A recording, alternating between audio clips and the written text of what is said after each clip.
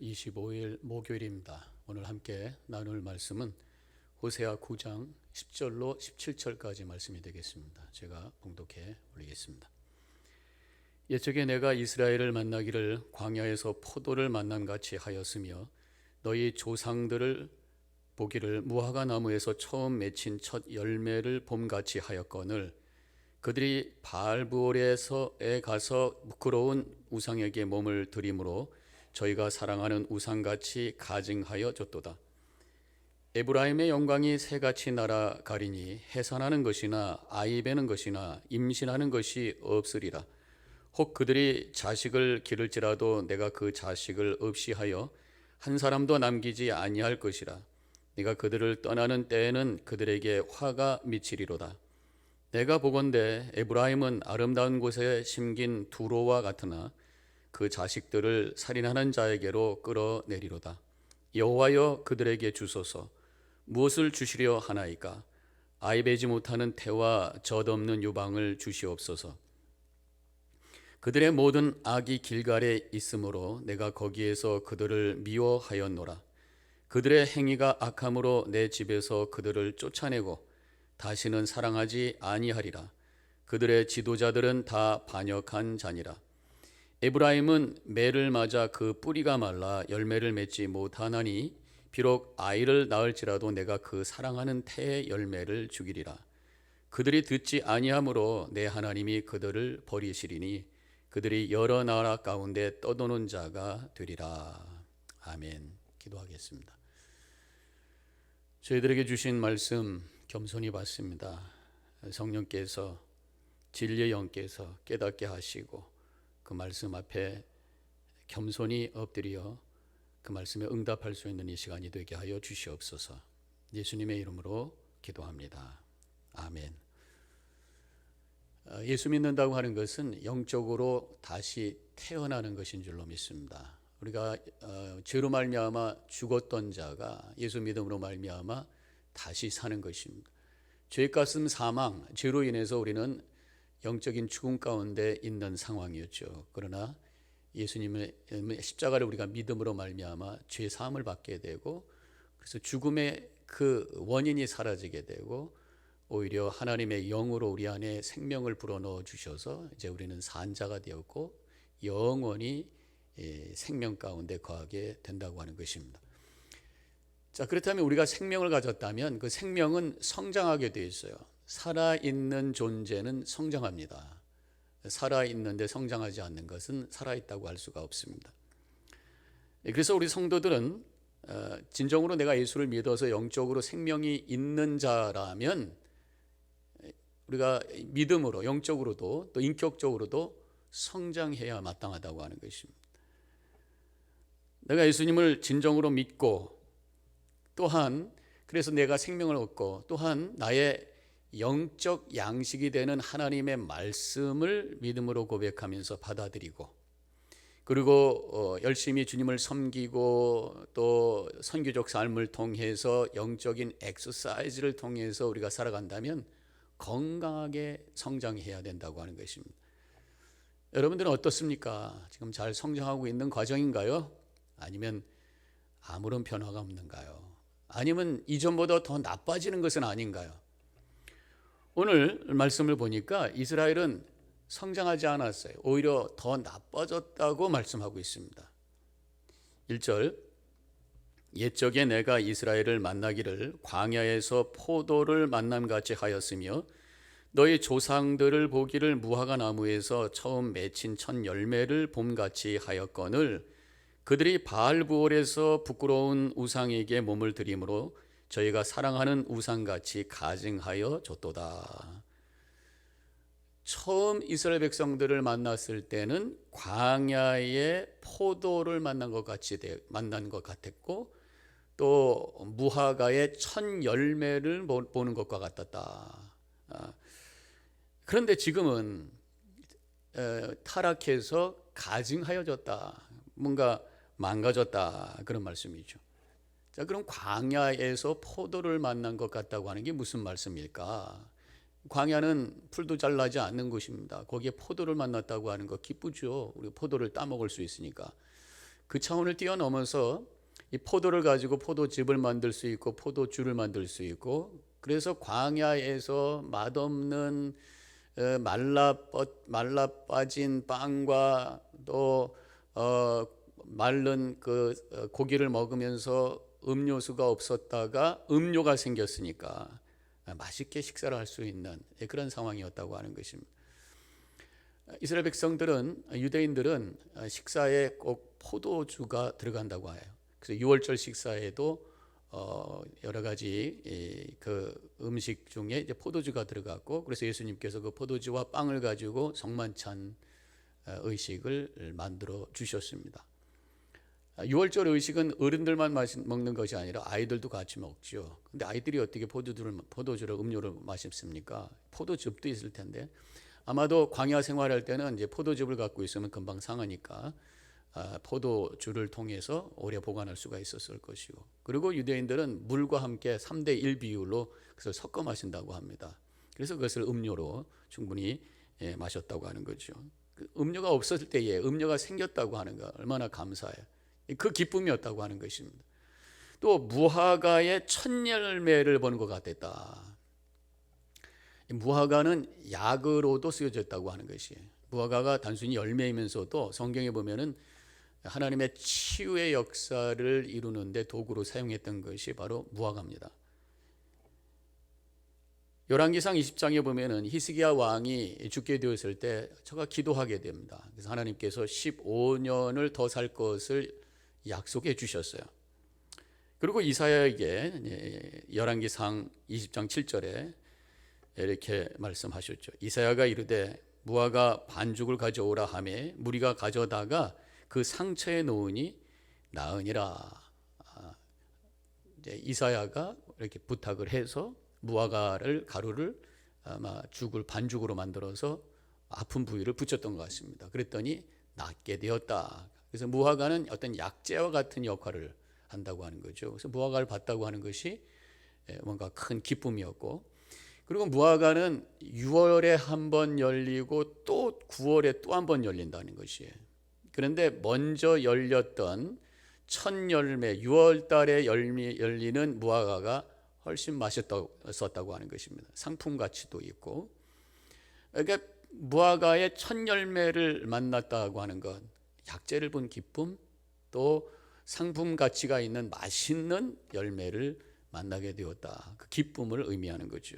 이스라엘 백성들은 이렇게 처음에는 포도를 만난 것 같고 무화과 첫 열매를 만난 것 같은 그 기쁨과 아름답고 풍성한 모습이었다고 하는 것입니다. 그런데 지금은 그렇지 않다. 근데 여기 보면은 1절에 옛적이라고 나온단 말이죠. 그럼 그 옛적이 언젠가 생각을 해보면 뭔가 풍요로우면서도 하나님 보시기에 아름다웠을 때, 영적으로도 아름답고 또 외적으로도 풍성했던 그런 모습이라고 생각해 볼 수가 있습니다. 저는 그것이 성전을 지어서 하나님께 봉헌했던 그때쯤이 아니었을까. 이미 다윗 왕 때 영토를 크게 확장을 했고 힘도 컸습니다. 그리고 성전을 위한 재료도 다 준비를 했죠. 다윗 왕 때부터 나라가 영적으로 또 외적으로도 아주 풍성했어요. 그리고 그것이 클라이맥스가 바로 솔로몬 왕 때 지금 성전을 지어서 하나님께 봉헌했고, 그 봉헌된 성전에서 하나님께 제물을 드리고 예배할 때 그 성도들이, 이스라엘 백성들이 얼마나 은혜가 되고 감격스러웠을까 생각해 볼 수가 있어요. 그때가 가장 풍성하고 아름다웠던 모습이 있을 것이라고 생각이 됩니다. 그런데 그 이후로부터 점점 나빠졌다고 하는 것입니다. 솔로몬 왕 바로 이후에 북이스라엘과 남유다가 나눠지게 되었고, 북이스라엘은 성전으로 내려와서 예배도 드리지 않고 산당에다가 멋대로 예배를 드리면서 영적으로 타락하기 시작하면서 문제가 생기게 된 것이죠. 그래서 1절의 뒷부분에 보면은 첫 열매를 봄같이 하였거늘, 이렇게 포도와 무화과를 볼 때 이렇게 기뻐했는데 그들이 바알 부월에 가서 부끄러운 우상에게 몸을 드림으로 저희가 사랑하는 우상같이 가증하여 줬도다. 처음에는 하나님을 진심으로 기쁨으로 섬기더니 이제는 하나님을 외면하고 가나안의 우상 바알스보솔에게 몸을 드리기 시작했구나. 이렇게 탄식하고 있는 것이에요. 이 바알보올이라고 하는 게 뭘까? 그것은 부올에 있는 바알이라는 의미라는 것입니다. 부올에서 섬겼던 바알 신은 우상이에요. 그런데 부올이라고 하는 지명이 함께 붙어 있는 그 이름이 지금 바알부올인 것입니다. 그 부올에 대한 이야기가 민수기 25장에 나오는데, 이스라엘의 남자들이 이제 이스라엘 백성들이 출애굽 여정 거의 마무리하는 그런 단계에 모압 땅 부올이라고 하는 곳에서 머무르게 되었어요. 근데 거기에 이 모압 여인들의 유혹에 빠져 가지고는 아주 정신이 빠져서 그들이 섬기는 바알을 함께 섬기게 되는데, 제가 언젠가도 말씀드렸습니다마는 이 바알을 섬기는 가나안의 우상들의 특징은 음란한 의식을 통해서 비를 내리게 하는 어떤 그런 의식을 했다고 하는 것입니다.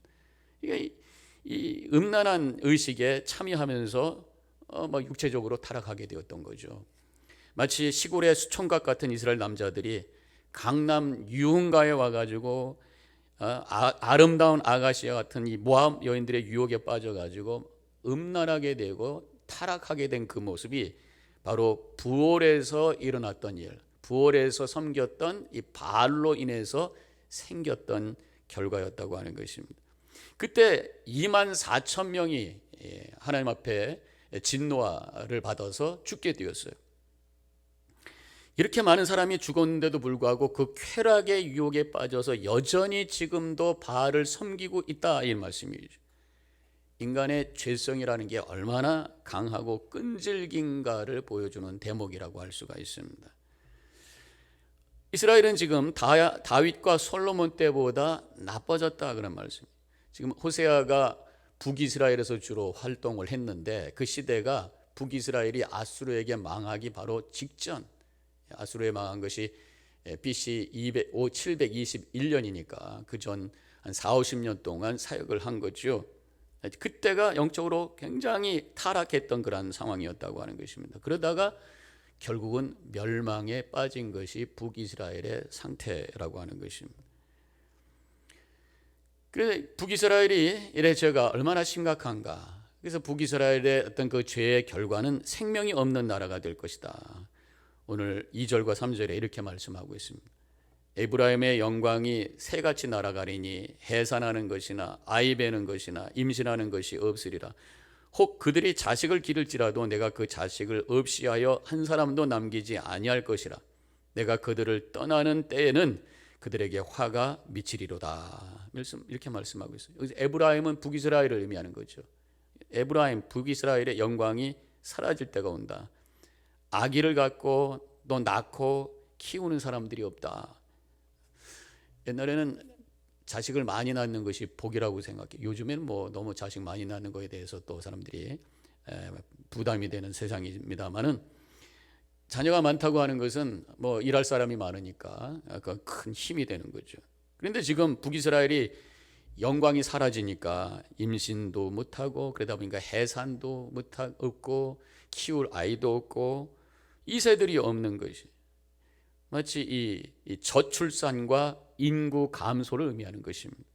또 전쟁이 일어나서 그나마 있었던 어린아이들도 죽을 것이다. 인구 감소의 현상, 이거 하나님의 징벌이라고 말씀하고 있는 것입니다. 한국이 지금 인구가 굉장히 줄고 있다는 얘기가 있습니다. 그래서 1,000명이었던 초등학교가 애들이 얼마 남지 않았다, 그런 사진도 봤던 적이 있고요. 아기들을 적게 낳고 있고, 결혼해도 아기 안 낳는 부모들도 있고, 결혼하지 않는 싱글들도 있고, 미국은 아직 캐톨릭 신자들도 많고 또 남미 분들이 아기들을 많이 낳으니까 인구가 준다 그런 얘기는 없습니다만은, 이 서구 또 유럽 쪽에 가보면은 인구가 상당히 줄고 있어요. 그래서 결국 민족이 없어질 수도 있다. 그 자리를 지금 무슬림들이 채우고 있고 여러 가지 현상이 일어나요. 이것이 아기들 많이 안 낳는 것도 있지만, 앞으로 이 동성연애에 의해서, 동성결혼에 의해서 같은 성이 있으니까 아기가 안 낳잖아요. 아기를 낳을 수가 없잖아요.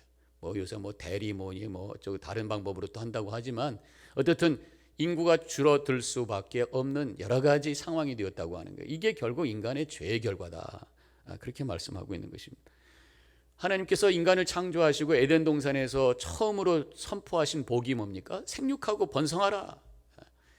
하나님이 주시는 자식 잘 낳아서 행복하게 살라, 이런 말씀입니다. 그런데 하나님의 뜻을 거스리고 그래서 이 결혼에 하나님의 그 뜻을 외면하면서 동성 결혼이 생기고 아이를 안 낳게 되고 저출산이 생기게 되고 인구 감소가 되게, 그 민족의 영광이 사라지게 되고 결국 하나님의 은혜와 복이 사라지는 그런 모습, 오늘 말씀에서는 그것이 저주라고 말씀하고 있는 것입니다. 15절로 내려가 볼까요? 그들의 모든 악이 길갈에 있으므로 내가 거기에서 그들을 미워하였노라. 그들의 행위가 악함으로 내 집에서 그들을 쫓아내고 다시는 사랑하지 아니하리라. 그들의 지도자들은 다 반역한 자니라. 지금 그들의 죄악이 길갈에 있다. 이스라엘 백성들의 죄악이 길갈에 있다 말씀하고 있는데, 이 길갈이 어떤 곳입니까? 처음에는 좋았던 곳이에요. 이스라엘 백성들이 요단강을 건너자마자 처음으로 자리를 잡았던 곳이 길갈입니다. 거기에서 진을 치고 그 다음에 이제 가나안 족속들을 쫓아내는 전쟁을 했던 곳이 바로 길갈이에요. 거기서 유월절도 지키고 또 할례받았던 곳. 그러면서 이름을 길갈로 진 거예요. 길갈이라는 그 이름의 뜻이 굴러가다라는 의미인데 바로 애굽의 수치가 굴러갔다고 하는 거죠. 할례를 받음으로 말미암아 지금 애굽에서 이방인 같이 있었던 그들의 수치가 사라졌다라고 하는 거룩한 이름을 줬던 곳입니다. 거기에 사무엘이 사사직을 행했던 곳이고 사울 왕이 즉위했던 곳이고 엘리야와 엘리사가 활동했던 여러 가지 거룩한 의미가 있는 곳이 바로 길갈이에요. 그런데 그것이 이제는 우상 숭배의 중심지가 되었다고 하는 것입니다. 호세아 4장 15절로 들어가 보면은 이런 말씀이 나와. 이스라엘아, 너는 음행하여도 유다는 죄를 범하지 못하게 할 것이라. 너희는 길갈로 가지 말며 벳 아웬으로 올라가지 말며 여호와의 사심을 두고 맹세하지 말지니라. 길갈로 가지 말아라. 그 가지 말아야 될 이유가 뭐냐? 호세아 4장 17절에서는 에브라임이 우상과 연합하였으니 버려두라.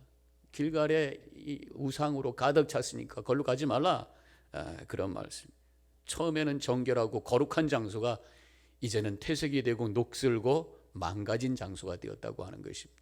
이스라엘 백성들, 하나님의 떠난 이스라엘 백성들, 시간이 갈수록 점점 나빠졌고 결국은 멸망하게 되었다고 하는 것이, 이러한 이스라엘 백성들을 향해서 15절에 보면은 내 집에서 쫓아낸다고 말씀하고 있어요.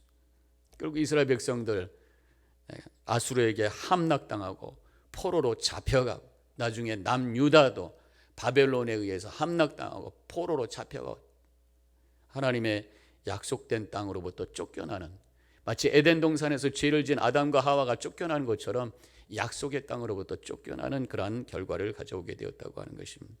죄는 이렇게 은혜를 잃어버리고 에덴 동산을 잃어버리고 가나안 땅을 잃어버리는 그러한 어려움을 경험하게 된다고 하는 것이에요. 그러나 순종할 때에 다시 풍성한 복이 임하게 되는 줄로 믿습니다. 지혜로운 자는 하나님을 경외하는 사람이에요. 하나님을 경외하는 사람은 하나님께 순종해. 순종할 때 하나님께서는 복 주신다고 말씀해 주신 줄로 믿습니다. 하나님을 외면하고 세상을 쫓는 우상 숭배는 결국 영적인 고통을 가져오지만 하나님을 섬기고 하나님 앞에 겸손히 엎드려질 때 그때 은혜와 복이 임하게 되는 것입니다. 우리의 본래 자리는 하나님 앞인 줄로 믿습니다. 코람데오의 신앙, 내가 하나님 앞에 있다고 하는 것을 의식하고 겸손히 엎드려 주님을 경외하며 그 말씀에 순종할 때에 우로부터 내려주시는 하나님의 큰 복과 은혜가 우리 가운데 임하게 되는 것입니다. 이스라엘 백성들 전보다 점점 나빠졌어요. 그러나 우리 성도님들은 시간이 갈수록 점점 하나님께 더 가까이 가고 영적으로도 성숙하고 인격적으로도 성숙하여 하나님의 큰 은혜 가운데 살아가시기를 주님의 이름으로 간절히 축원합니다. 기도하겠습니다. 감사합니다. 하나님, 우리 자신을 되돌아봅니다. 시간이 갈수록 내 믿음이 성장하고 있는지 아니면 점점 퇴색하고 있는지 자신을 되돌아보며 다시 한번 결단하는 시간 되게 하여 주시옵소서. 예수를 그리스도로 분명히 믿음으로 고백하게 하옵시고 하나님 앞에 겸손히 엎드려 순종하며 하나님의 말씀이 우리의 영혼의 양식이 되어 성장하여 하나님의 더 큰 복과 은혜 가운데 거하게 하여 주시옵소서. 감사하며 예수님의 이름으로 기도합니다. 아멘.